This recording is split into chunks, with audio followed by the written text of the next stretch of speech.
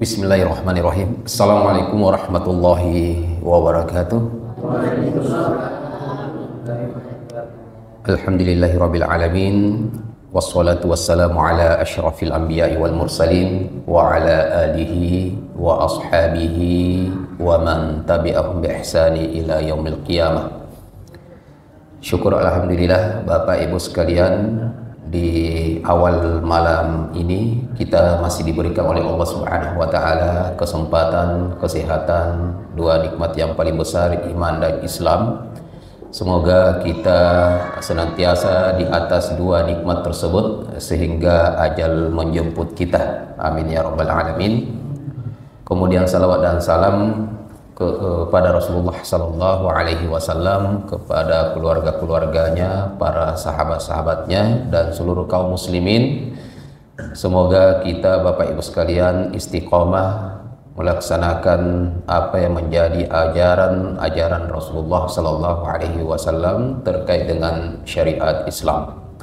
Bapak Ibu yang berbahagia, kita di Sahih At-Targhib wa Tarhib insyaallah malam ini kita lanjutkan hadisnya. Hadis malam ini insyaallah tidak sepanjang dari hadis di awal pertama, ya. Ya, saya langsung bacakan Bapak Ibu sekalian. Hadis ini insyaallah terkait dengan iman, Islam dan yakin. Ya. Islam, iman dan al-yaqin. Bagaimana persamaan dari tiga istilah tersebut dan bagaimana perbedaannya. Dari Abu Firas, ini seorang laki-laki dari Aslam, bertanya, nada rajulun faqala, ya, seorang laki-laki bertanya, mengatakan, ya Rasulullah, wahai Rasul Allah, mal iman, apa itu iman? Qala al ikhlas, iman itu adalah ikhlas. Dalam lafaz yang lain Rasulullah SAW mengatakan, saluni amma syi'tum, saluni amma syi'tum, silahkan kalian bertanya sekehendak kalian kepada saya. Artinya bebas, silahkan bertanya. Fanada rajulun, maka seorang laki-laki memanggil Rasulullah lalu bertanya, ya Rasulullah, wahai Rasul Allah, mal islamu, apa itu Islam? Kalau yang pertama tadi yang ditanyakan iman, apa itu iman yang pertama? Al-ikhlas. Ya. Mal Islam, kata seorang laki-laki itu, apa itu Islam? Qala, lalu Rasulullah menjawab, iqamus sholati wa ita'uz zakati, yaitu mendirikan sholat dan mengeluarkan zakat. Lalu bertanya lagi, qala famal imanu, dan apa itu keimanan? Qala al-ikhlasu, Rasulullah menjawab, iman itu adalah ikhlas. Lalu bertanya lagi, famal yaqinu, apa itu yakin? Rasulullah menjawab, at-tasdiqu, yaitu pembenaran. Pembenaran di sini dengan lisan. Jadi ada tiga poin, ya. Yang pertama adalah apa itu iman, dan jawabannya adalah amalan hati, yaitu ikhlas.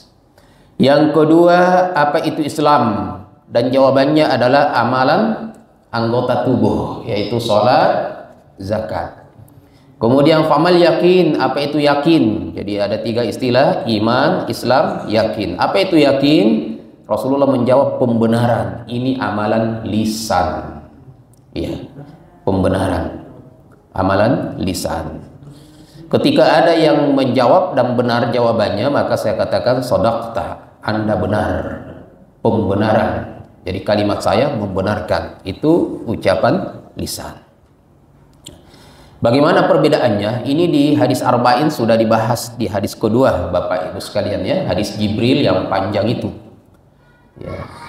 Di mana Rasulullah SAW ditanya oleh malaikat Jibril yang pada waktu itu menyamar sebagai seorang pemuda yang tampan, ya, berambut hitam sekali, berpakaian putih dan bersih. Lalu meletakkan lututnya di lutut Rasulullah SAW, lalu meletakkan tangannya di atas pahanya sendiri, lalu bertanya, mal Islam ya Rasulullah, fa'ahbirni anil Islam, sampaikan kepada aku apa itu Islam. Dan jawabannya sama Rasulullah, yaitu amalan anggota tubuh. Rasulullah SAW menjawab pada waktu itu, antashhada la ilaha illallah wa tuqimas salata wa tu'tiyaz zakata wa tasuma ramadan wa tahujjal baita in istata'ta ilaihi sabila. Rukun Islam, amalan anggota tubuh. Bersyahadat, setelah itu salat, kemudian keluarkan zakat, berpuasa pada bulan suci Ramadan, naik haji kalau mampu. Ini amalan apa? Anggota tubuh, dilakukan oleh anggota tubuh kita. Ya. Jadi nanti kita bisa lihat perbedaan dan persamaannya. Kemudian malaikat Jibril bertanya lagi pada waktu itu. Ya, walaupun setelah itu kata malaikat Jibril, shadaqta, engkau benar. Ya. Maka Umar bin Khattab dengan para sahabat keheranan. Kenapa dia yang bertanya, dia juga yang membenarkan, ya kan? Ya kan ada gambaran bahwa yang bertanya ini faham jawabannya, tahu jawabannya. Maka jangan heran Bapak Ibu sekalian kalau ada yang bertanya sebenarnya dia bukan tidak tahu jawabannya. Ya. Mungkin ada beberapa hal diantaranya ingin mendapatkan jawaban yang lain lebih daripada apa yang dia pahami. Yang kedua, orang bertanya bisa jadi ingin menyamakan jawabannya. Yang ketiga, memang orang tidak tahu dan ingin tahu. Ya. Nah, kemudian yang kedua, malaikat Jibril bertanya lagi pada waktu itu, fa'ahbirni anil iman, sampaikan apa itu iman. Karena Rasulullah SAW menjawab, al-imanu an tu'mina billahi wa malaikatihi wa kutubihi wa rusulihi wal yaumil akhir wa tu'mina bil qadari khairihi wa syarrihi. Ya, rukun iman, amalan hati. Sama enggak di sini hadisnya? Sama. Ya. Yaitu menggambarkan bahwa Islam itu adalah amalan anggota tubuh yang dilakukan oleh seluruh bagian daripada atau beberapa bagian daripada anggota tubuh kita.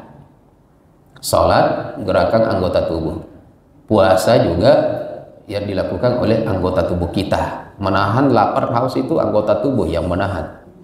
Mengeluarkan zakat juga diberikan dengan menggunakan tangan, diusahakan oleh anggota tubuh kita, harta itu bukan amalan hati, ya. Dan seterusnya, haji apalagi, ya. Jadi ada kalau tidak salah ada 3 amalan yang dilakukan, ada yang diamalkan dengan fisik saja, ini anggota tubuh ya, ada 3.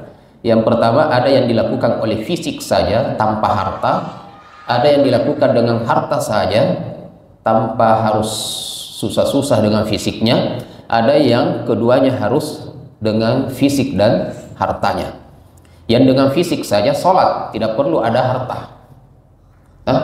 Kalau kita sholat Bapak Ibu sekalian, tidak perlu ada, di saat kita sholat tidak perlu ada harta yang dikeluarkan. 1. Ya. Ada yang fisik, ada yang harta saja, ya, yaitu mengeluarkan zakat. Ada yang harta dengan fisiknya, yaitu menunaikan ibadah haji. Ya. Kita kembali kepada hadis ini, bahwa Islam dan iman itu Bapak Ibu sekalian, terkadang kita menemukan di dalam satu nas itu kalau bukan Quran, hadis. Terkadang kita menemukan dalam satu nas maknanya berbeda antara iman dan Islam. Nah, maka kita harus tahu kaidahnya. Kaidahnya adalah kalau iman dan Islam ini disebutkan dalam satu nas, kalau satu nas berarti satu ayat, atau satu hadis full disebutkan iman dan Islam di dalamnya, maka berbeda maknanya. Ya, berbeda maknanya. Maka ketika seorang laki-laki ini bertanya kepada Rasulullah, "Mal Islam?" Kemudian ditanya lagi, "Mal iman?"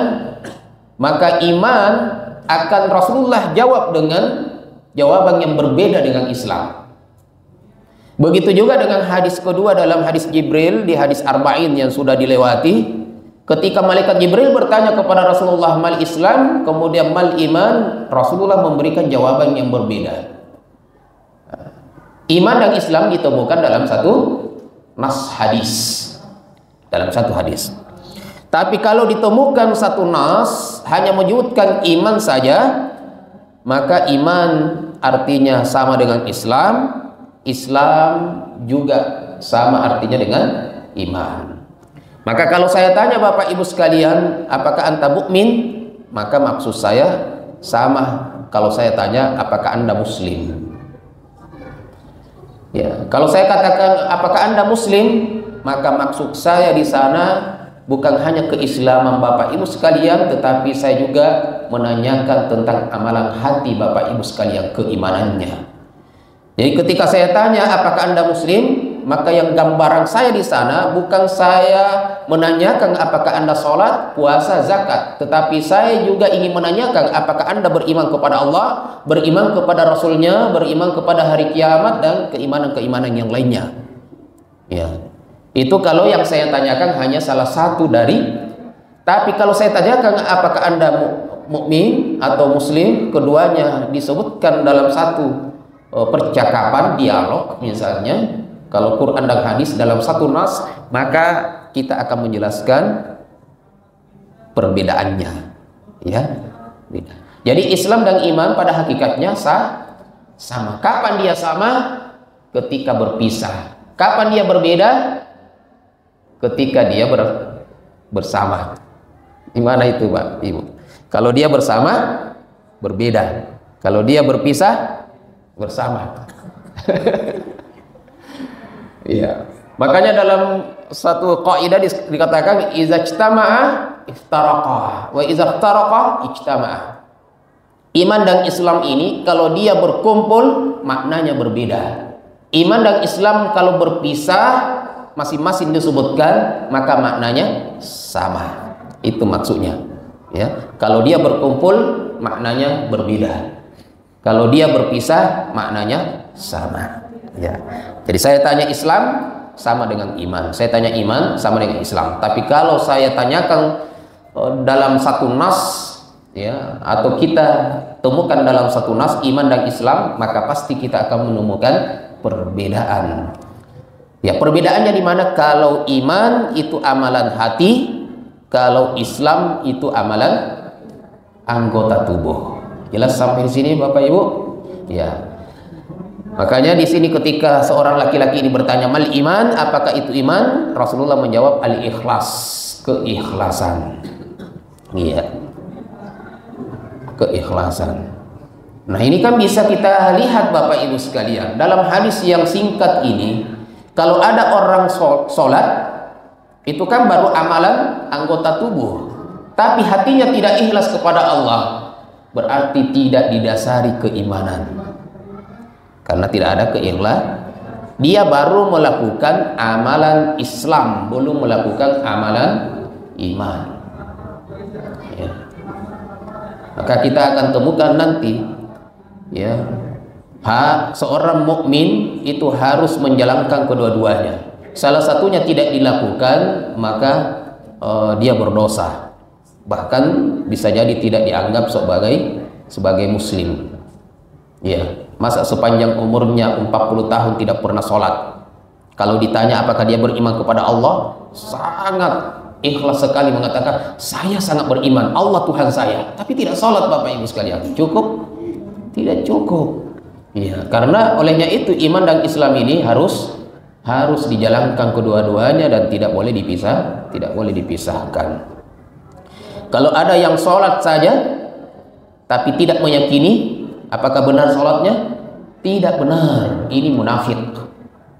Ya, ini juga munafik. Ada yang sholat tapi tidak ikhlas kepada Allah. Ada yang bersedekah tapi hanya ingin dipuji orang, maka rusak amalannya. Ya.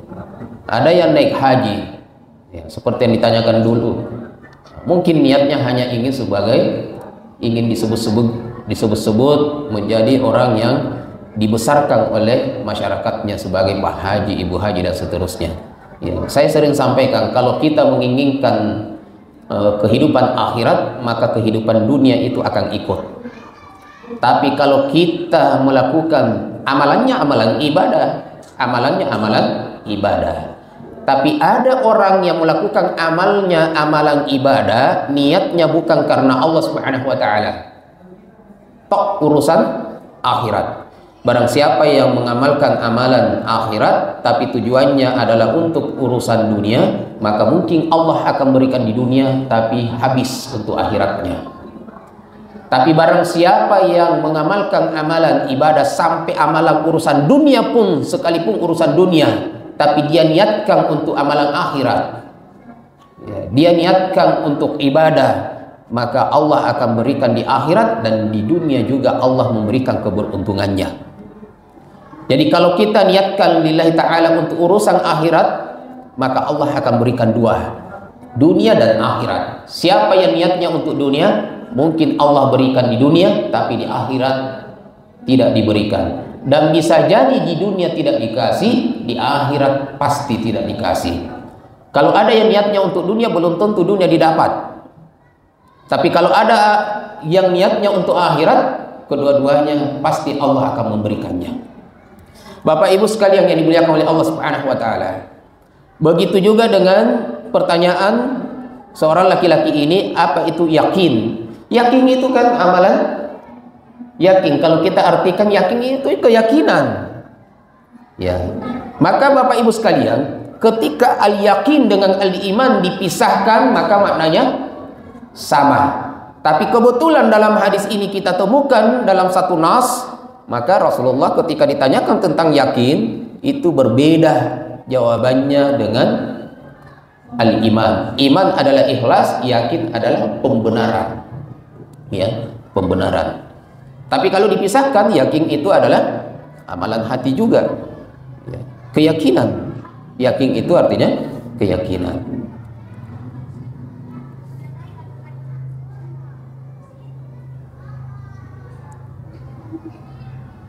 Kenapa tidak? Tunggu dulu Bapak Ibu sekalian. Keluar lagi. Ya.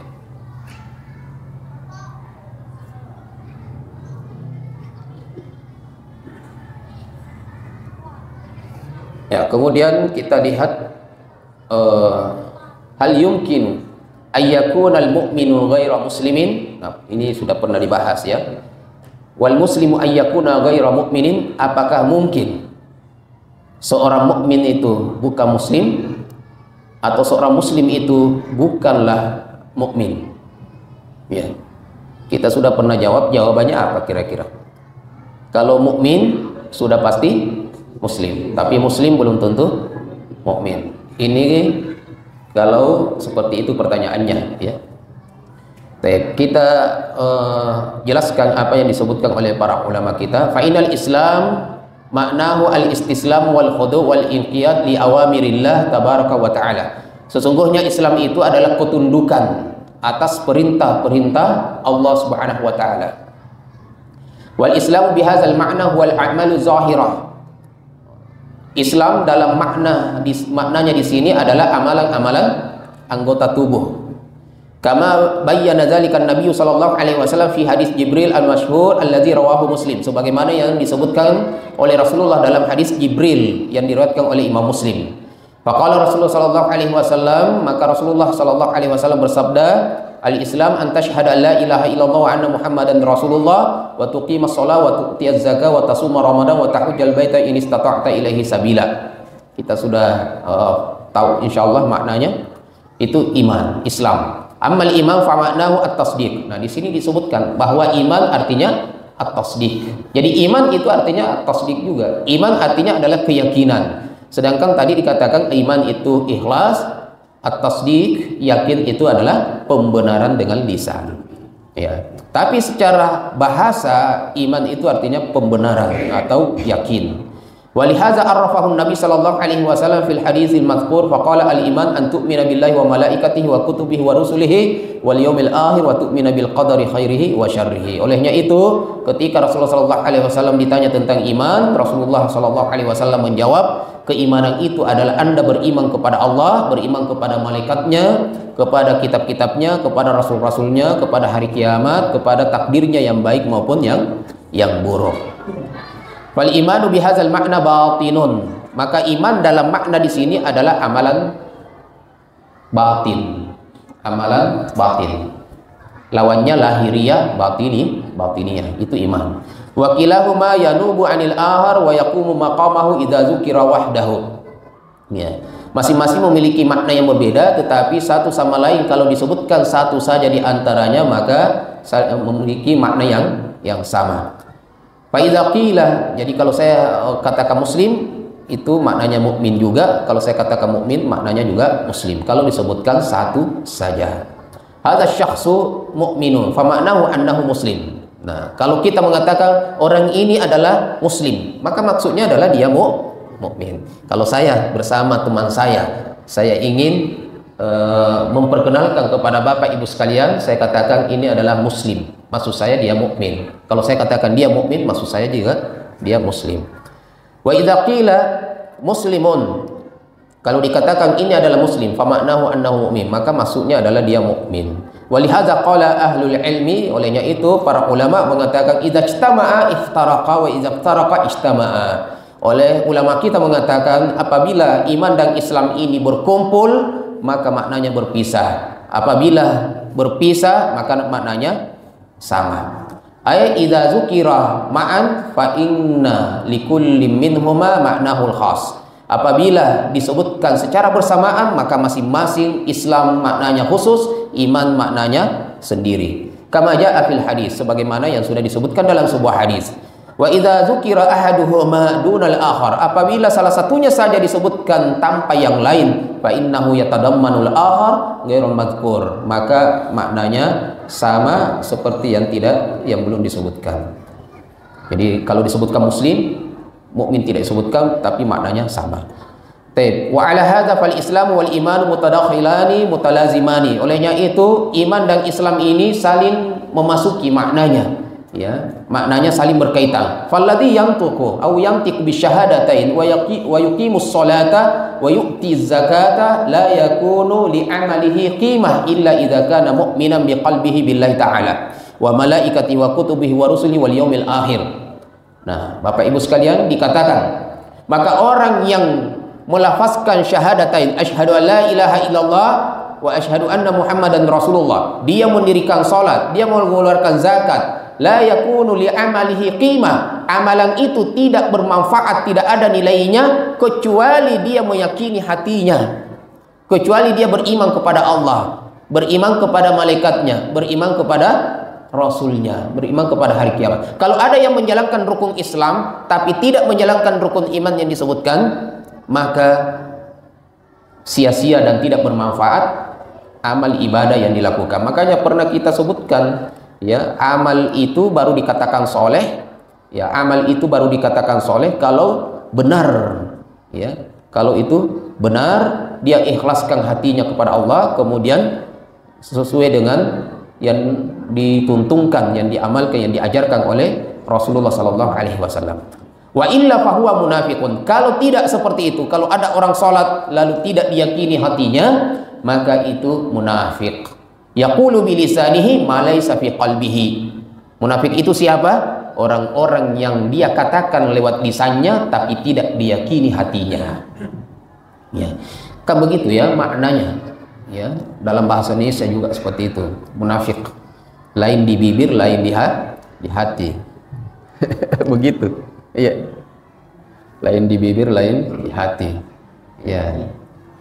Pembohong. Wa man i'taqada biqalbihi al-iman billahi wa malaikatihi wa lam ta'mal jawarihuhu bi muqtada dzalika minan nutqi bi syahadatain wa iqamis shalah. Dan barang siapa ada orang yang meyakini hatinya Dia beriman kepada Allah, beriman kepada hari kiamat, beriman kepada malaikatnya, beriman kepada kitab-kitabnya. Dia imani semua rasul-rasul yang pernah Allah utus. Walam ta'mal jawarihuhu, tapi anggota tubuhnya belum pernah sholat. Anggota tubuhnya tidak mau puasa. Hartanya miliaran tapi tidak mau haji. Tidak mau mengeluarkan zakat. Ya. Fa innahu la qimata li imanihi, maka keimanannya juga tidak ada gunanya. Tidak ada gunanya Bapak Ibu sekalian. Ya. Wala yanfa'uhu 'indallahi ta'ala, dan di sisi Allah itu semua tidak bermanfaat. Jadi orang yang meyakini saya beriman dengan iman kepada Allah, kitab-kitabnya, rasul-rasulnya, tapi tidak sholat, tidak puasa, itu tidak bermanfaat di sisi Allah. Ya. Tidak bermanfaat. Kalau ada yang sholat, puasa, mengeluarkan zakat, habis hartanya dia belanjakan kepada Allah, tapi semuanya itu hanya ingin supaya dipuji oleh orang banyak, semata-mata tidak ada terbetik dalam hatinya keimanan kepada Allah, bahkan dia tidak percaya dengan kitab Al-Quran misalnya, waliyadzubillah, maka itu juga tidak bermanfaat. Allah tidak terima apa-apa darinya. Ya. Nah, seperti itu. Wa yumkinu ayyusafal muslimu bi annahu ghairu mu'minin, maka mungkin disifati seorang muslim tidak mukmin. Nah, idza kana yutabbiqu ahkamal Islam, apabila dia menjalankan hukum-hukum Islam, syariat Islam fi zahir, secara zahiriyah, anggota tubuhnya dia apa? Idza kana yutabbiqu ahkamal Islam fi zahir hasba ma yabdu linnas walakin qalbuhu ghairu muqtani' bidzalika. Jadi yang pertama tadi adalah orang sholat, puasa, zakat, tapi tidak diyakini dalam hatinya, itu disebut muslim tapi bukan mukmin. Wala yu'minu bihi kahalil munafiqin, dan seperti ini seperti keadaannya sebagai orang munafik. Wal a'rabul ladzina aslamu. Nah, kita perhatikan ada orang Arab Badui yang sudah masuk Islam, lalu datang kepada Nabi mengatakan amanna, kami telah beriman. Ternyata keimanannya itu adalah hanya agar supaya aman. Pernyataan keimanannya, saya beriman, dengan lisannya Bapak Ibu sekalian, pernyataan keimanan dengan lisannya itu hanya supaya aman, tidak diperangi, ya, dan tidak diambil hartanya. Fa anzalallahu ta'ala fi sya'nihim, maka Allah turunkan ayat terkait dengan mereka. Allah Subhanahu wa taala berfirman, qalatil a'rabu amanna qul lam tu'minu. Orang Arab, orang-orang Arab Badui menyatakan keimanannya, mengatakan kami beriman. Maka katakanlah kepadanya, lam tu'minu, kalian belum beriman. Walakin qulu aslamna, walakin, akan tetapi katakanlah aslamna, kami berislam. Jadi di sini jelas Bapak Ibu sekalian dalam surah Al-Hujurat ayat 14 bahwa ada orang berislam karena sudah bersyahadat tapi belum dikatakan mukmin. Ketika orang Arab Badui ini mengatakan kami sudah beriman, dan Allah mengetahui ma fi qalbihi, Allahu ya'lamu ma fi qalbihi, Allah mengetahui apa yang di dalam hatinya orang-orang munafik ini, maka turunlah ayat kepada mereka, katakanlah, ya, katakanlah aslamna, kami sudah berislam. Jangan katakan kami sudah beriman.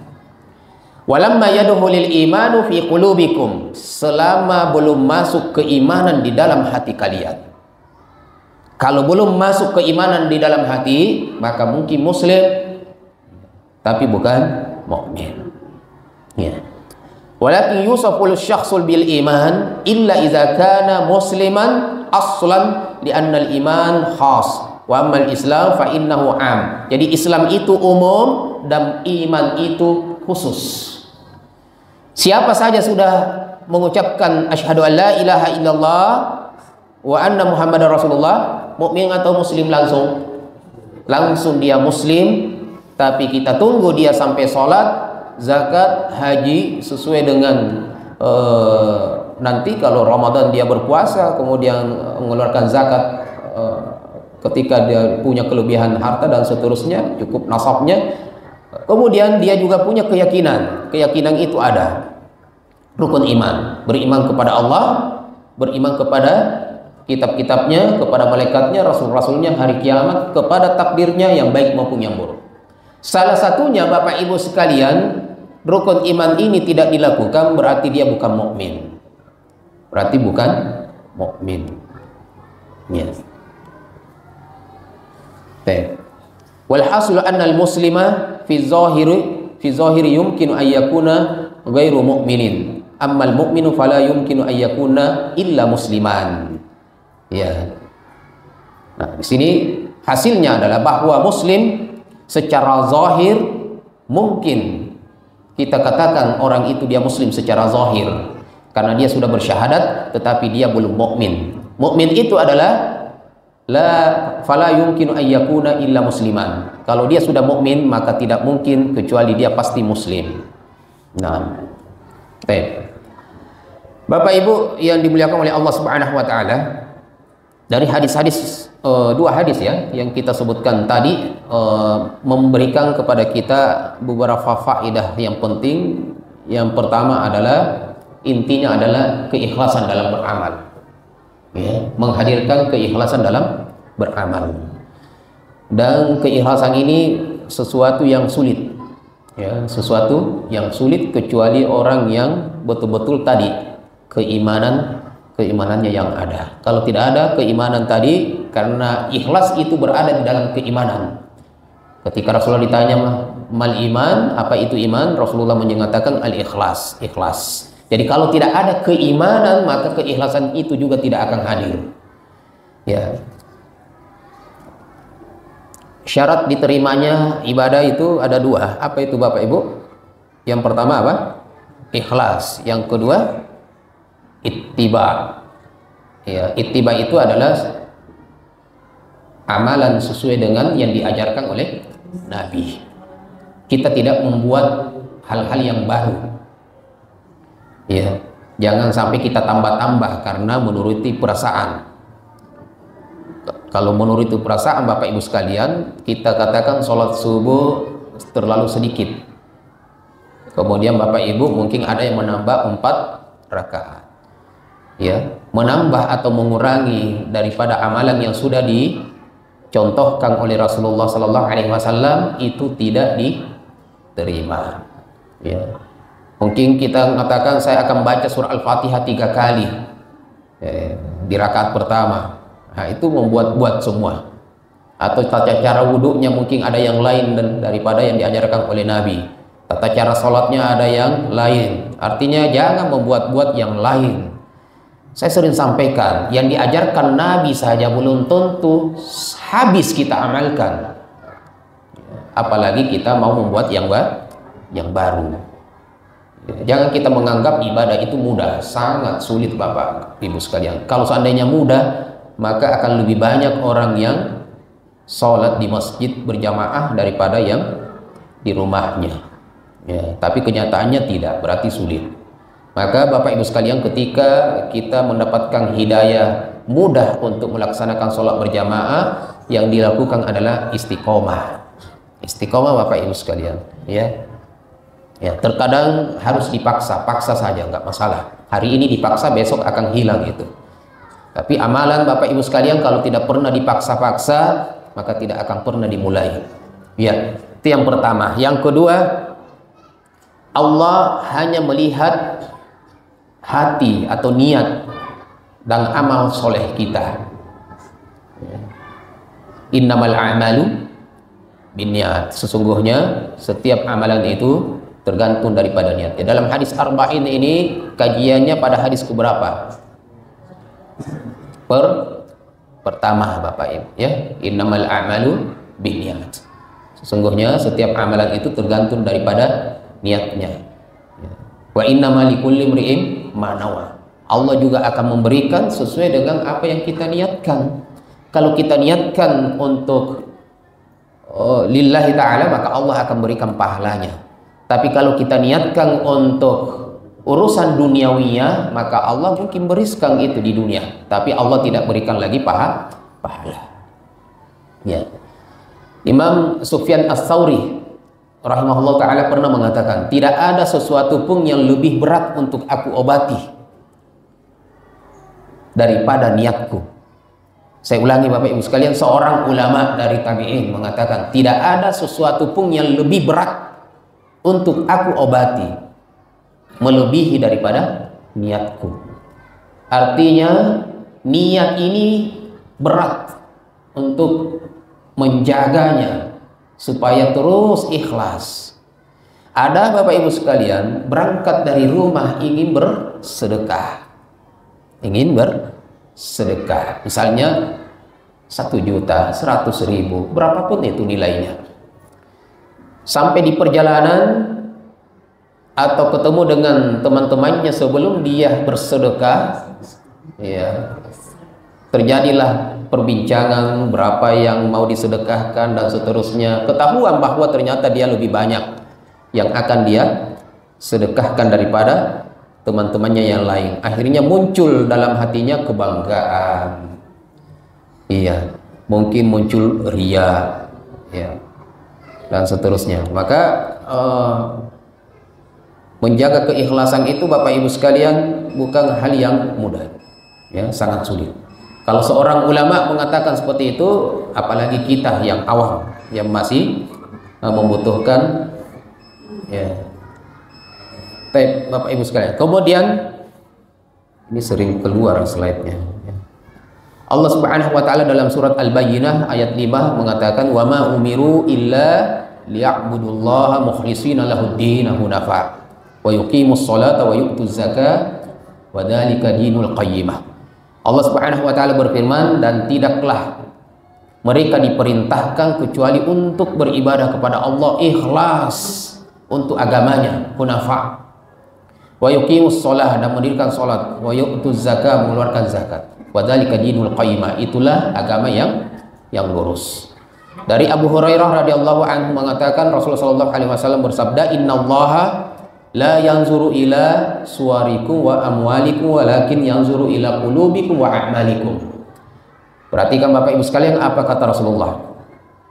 Sesungguhnya Allah tidak melihat penampilan kalian, dan Allah juga tidak melihat harta-harta kalian, banyak hartanya, sedikit hartanya, walakin yanzuru ila qulubikum, tapi Allah melihat hati kalian. Jadi mungkin ada orang yang berinfak 1 juta, ada yang berinfak 100.000, tapi pahalanya yang didapatkan lebih banyak yang menginfakkan 100.000 daripada yang 1 juta. Alasannya kenapa? Karena hatinya, ikhlasnya, ya, keseimbangan keikhlasannya berbeda. Lebih ikhlas yang 100.000 daripada yang 1 juta. Jadi Bapak Ibu sekalian, kalau kita punya uang sebanyak apapun itu, ya, tidak usah menginfakkan yang banyak kalau itu tidak menjadikan hati kita ikhlas. Lebih bagus sedikit, besok lagi ditambah, daripada sekaligus tapi setelah itu tidak pernah lagi berinfak. Karena Rasulullah Allah Subhanahu wa taala lebih suka amalan yang terus menerus walaupun sedikit. Faman kana yarju walakin yanzuru ila qulubikum wa amalikum, tetapi Allah melihat hati-hati kalian dan amal soleh kalian. Kemudian saya selesaikan ini, faman kana yarju liqa'a rabbih, barang siapa yang ingin bertemu dengan Tuhannya, maka apa yang dilakukan? Falyamal amalan sholihan, maka hendaklah dia beramal soleh. Wala yusyrik bi ibadati rabbih ahada, dan sekali-sekali jangan dia berbuat kesyirikan dalam ibadahnya kepada Allah Subhanahu wa taala. Berdoanya hanya kepada Allah, salatnya hanya lillahi taala, puasanya hanya lillahi taala, sedekahnya seluruhnya semuanya lillahi taala. Ya. Saya ingatkan lagi Bapak Ibu sekalian, apapun ibadahnya, baik itu ibadah vertikal kepada Allah maupun ibadah sosial kepada sesama manusia, tolong menolong, membantu orang, apalagi bersedekah, berinfak, memberikan pertolongan kepada Allah Subhanahu wa taala, tidak usah berharap pujian kepada yang ditolong, tidak usah berharap pujian dari sekitar kita. Ya. Harapkan saja keridhaan dari Allah Subhanahu wa taala. Masalah urusan duniawi ya Bapak Ibu sekalian nggak usah ditanya. Orang yang baik pasti akan senang kepada kita. Ketika Bapak Ibu sekalian bersedekah, setiap kali bersedekah dilihat oleh orang lain, pasti orang akan memuji kita tanpa harus mengharapkan pujian itu. Ya. Bukan orang mukmin itu. Kalau ada orang bersedekah, orang yang sholatnya rutin di masjid kemudian dicela, itu bukan mukmin. Pasti dipuji. Jadi tidak usah mengharapkan pujian dari manusia, pasti akan dipuji selama mereka itu adalah orang baik.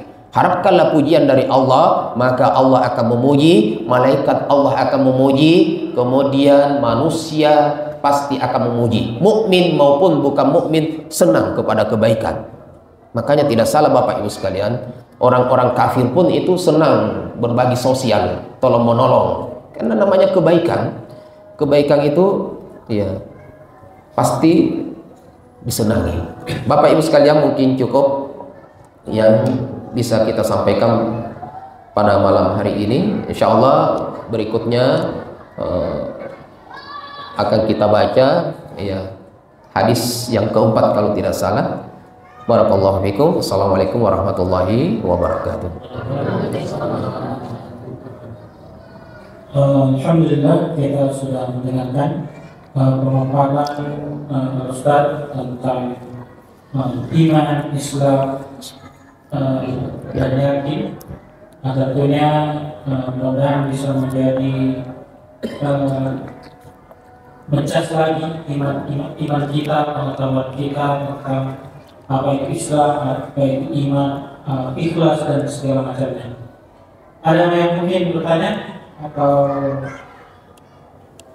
kalau mungkin kalau ada yang mempersiapkan pertanyaannya, saya mungkin bertanya Ustaz mengenai niat tadi, misalnya orang bersedekah. Bagaimana Ustaz kalau orang berniat bersedekah, tapi ada unsur duniawi yang memang Allah janjikan di situ?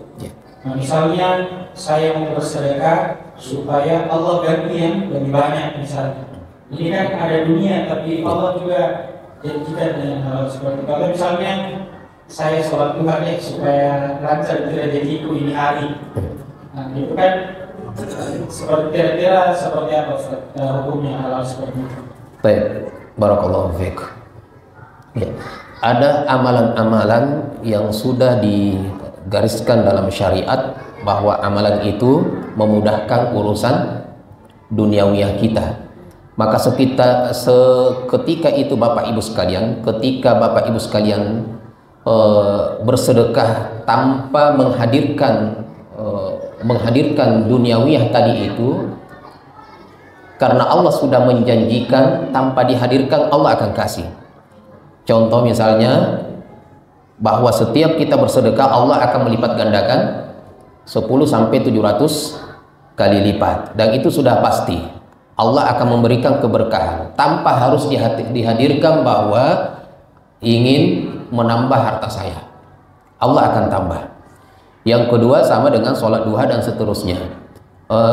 Kalau menurut saya ya dikhawatirkan dengan kebiasaan tersebut itu akan menyebabkan setiap ibadah itu dilakukan hanya untuk itu, padahal tidak diniatkan untuk dunia itu pun Allah akan kasih, karena itu sudah menjadi bagian daripada keistimewaan ibadah itu.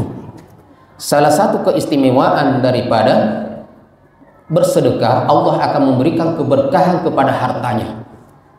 Allah akan tambah. Keberkahan itu banyak artinya. Di antaranya keberkahan itu artinya bertambah, barokah, bertambah. Keberkahan itu bisa saja hartanya secara fisik akan bertambah dari 10.000 menjadi 100.000, atau keberkahan itu Allah tidak menjadikan dia melarat dengan hasil daripada sedekahnya, atau Allah akan membukakan pintu lain, bukan itu, tetapi pintu lain. Ya. Kita bersedekah dengan uang, tetapi Allah membukakan kita pekerjaan sehingga menghasilkan buat dan seterusnya. Allah akan bukakan. Yang kedua dengan sholat duha juga seperti itu. Khawatir kalau niatnya semua kita hanya mengambil dunianya, tapi tidak salah Bapak Ibu sekalian, karena memang itu janji Allah. Tetapi jangan biasakan bahwa saya sholat duha supaya saya begini. Dunianya yang diingat, bukan karena itu perintah dari Allah Subhanahu wa taala. Kalau kita sudah, makanya Bapak Ibu sekalian, setiap ibadah kita perlu mengetahui masing-masing keistimewaannya. Puasa apa keistimewaannya? Mengeluarkan zakat apa keistimewaannya? Infak apa keistimewaannya? Maka setiap ibadah itu kita lakukan, Allah akan kasih keistimewaan itu tanpa kita harus menghadirkan dalam hati kita. Tapi sebenarnya tidak salah kalau ada yang menghadirkan itu, kalau itu memang janji Allah Subhanahu wa taala, tapi jangan biasakan. Ya, wallahu a'lam. Mungkin selanjutnya sedikit berkaitan dengan pertanyaan tadi. Apakah dikatakan ikhlas seseorang jika dia beramal untuk mengharapkan surga dan menghindari neraka? Iya. Ini menjadi perdebatan ya. Tapi yang sahih, yang benar itu adalah ikhlas, tetap ikhlas, karena itu janji Allah. Makanya kenapa kita diminta untuk berdoa? Saya terkadang heran, ya. Memang ada perkataan ya seorang sufi ya tentang itu. Saya beramal bukan karena ingin masuk surga dan bukan karena takut nerakamu, atau seperti apa kalimatnya itu. Iya. Jadi iya. Kalau seperti itu, buat apa Bapak Ibu sekalian berdoa Rabbana atina fid dunya hasanah wa fil akhirati hasanah? Itu kan minta kepada Allah kebaikan urusan dunia, kebaikan urusan akhirat, sampai surganya diminta.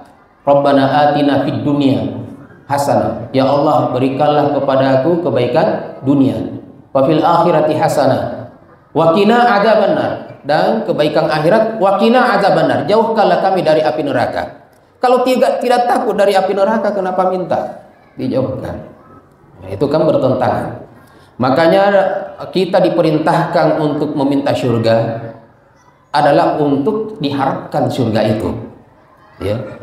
Jadi Bapak Ibu sekalian beribadah memang tujuannya adalah untuk surga. Saya sampaikan Bapak Ibu sekalian, silahkan beribadah untuk surga. Silahkan tinggalkan dosa-dosa karena takut neraka. Jangan kita terlalu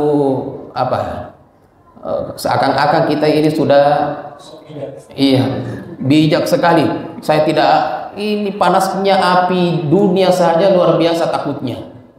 Baru mau dikatakan saya beribadah bukan karena takut nerakamu. Kalau saya tidak, Bapak sekalian, saya beribadah takut neraka Allah. Saya beribadah ingin masuk surga Allah. Ya. Dan Rasulullah pun itu hanya perkataan ulama yang saya katakan tadi. Ada yang mengatakan, seorang sufi mengatakan, ibadahku bukan karena ingin masuk surga dan bukan karena takut nerakamu. Adapun dalam hadis Rasulullah tidak ada yang seiring dengan itu. Ya. Karena man shoma Ramadan imanan wa ihtisaban ghufira lahu ma taqaddama min dzambi. Nah, siapa yang berpuasa Ramadan dengan penuh keimanan dan mencari ridha Allah, maka Allah akan ampuni dosa-dosanya. Jadi kita berpuasa, niatnya, harapan kita adalah mendapatkan pahala dan diampuni dosa kita. Jangan sampai tidak ada harapan itu, yang penting saya sholat saja. Itu juga salah Bapak Ibu sekalian. Kalau apa manfaatnya kita mempelajari keistimewaan setiap ibadah? Di antara keistimewaan ibadah-ibadah yang kita pelajari, sholat, puasa, zakat, haji, bersedekah, ada keistimewaan di sana urusannya duniawiyah maupun surga Allah. Akan man salaka tariqan yaltamisu fihi ilman sahhalallahu lahu bihi tariqan ilal jannah. Akan dimudahkan, kalau kita menuntut ilmu, akan dimudahkan jalannya menuju ke surga. Kalau kita beribadah bukan untuk surga, ngapain dipelajari itu? Untuk apa kita mempelajari jalan-jalan dimudahkan menuju ke surga? Kan ibadah bukan untuk surga. Iya, bukan untuk surga. Kalau kita diperintahkan oleh Allah yang penting kita beribadah, maka seharusnya sedikit saja ayat-ayat. Cukup Allah perintahkan berpuasalah, keluarkanlah zakat, berhajilah, tanpa harus diiringi dengan kalau berpuasa ini keutamanya, kalau zakat ini keutamanya. Allah tidak akan menyampaikan itu kalau Allah tidak mengharapkan kepada kita bahwa setiap ibadah itu kita harus ada harapan untuk kebaikan akhirat, diantaranya surga, dan ini ingin bertemu dengan Allah Subhanahu wa taala. Dalam hadis lain banyak sekali ya anjuran-anjuran beribadah. Di sana kita diajarkan apa gunanya Rasulullah mengajarkan kita ada harapan-harapan surga di sana. Ya, akan dimudahkan surga, akan dijauhkan dari api neraka. Kalau sekiranya kita hanya diperintahkan yang penting, karena dia perintah kita lakukan, karena dia larangan saya tinggalkan. Saya tidak mau tahu apa keutamanya. Saya yakin Bapak Ibu sekalian kalau seperti itu maka akan banyak orang yang tidak melakukan ibadah itu. Akan banyak. Sampai orang yang punya keyakinan itu pun, saya yakin Bapak Ibu sekalian, kalau di antara kita sekarang ini ada yang punya keyakinan itu, saya sholat bukan karena ingin masuk surga, saya yakin ada itu keinginannya masuk surga.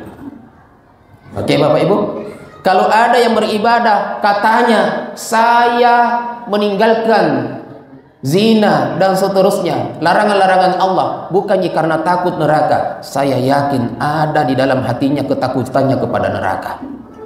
Enggak ada itu manusia yang ingin, kalau sama sekali hanya beribadah karena itu perintah, dia tinggalkan karena larangan tanpa ada harapan-harapan masuk surga maupun karena takut kepada masuk neraka, maka orang itu akan berhenti beribadah. Capek Bapak Ibu sekalian. Coba Bapak Ibu sekalian, ibadah itu kalau kita bukan karena bukan karena pertama adalah diperintahkan oleh Allah, kemudian tidak ada di belakangnya itu. Coba saya kasih gambaran begini Bapak Ibu sekalian. Kalau ada, anggaplah atasan kita di kantor diperintahkan kita lakukan ini, lakukan ini, lakukan ini. Jangan lakukan ini, jangan lakukan ini.